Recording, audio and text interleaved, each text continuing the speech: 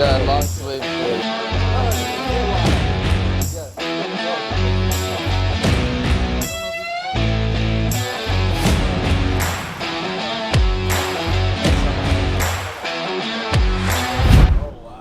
Wow.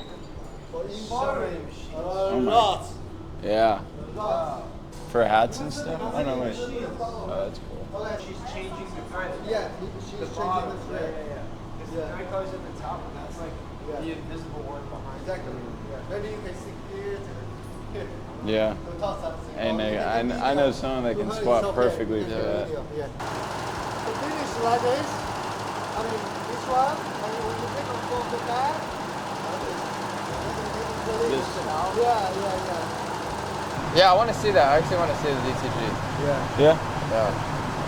Yeah, because then we can, the faster we get home, then we can start working on, because we got to start doing some of the new material.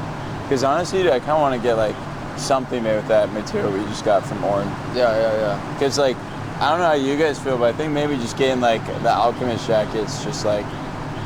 Oh, you're saying like. With the Orn material, like we just have the Alchemist jacket. We got today, but we can get started. Yeah. I just figure like they can make it. Yeah. Or like if we have any like. Do you have details ready for that one? Yeah. Because we need to find the inner lining though. You see the machine is different, you see? So the piece is here. The piece is here. Oh wow.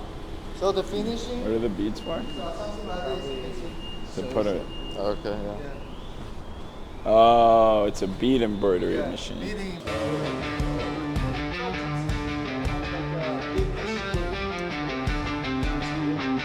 Wait, so what? That's just like water?